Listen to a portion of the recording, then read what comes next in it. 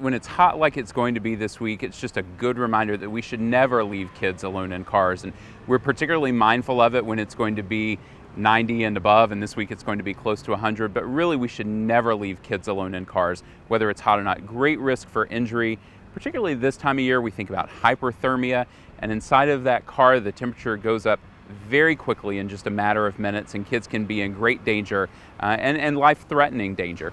No parent intends for something like this to happen, and it's an incredibly unfortunate tragedy. And often what happens when we hear these stories is something happened that interrupted that routine. So the parent is driving to work and there's road construction, so they have to take a detour, or something abnormal happens, they get a phone call, and so they're not following that normal routine, and they end up getting wherever they were going and forgetting that they were supposed to drop the child off at daycare, for example. And suddenly it gets to be a few hours later, or maybe many hours later, and they realize, oh my gosh, I didn't take my child in.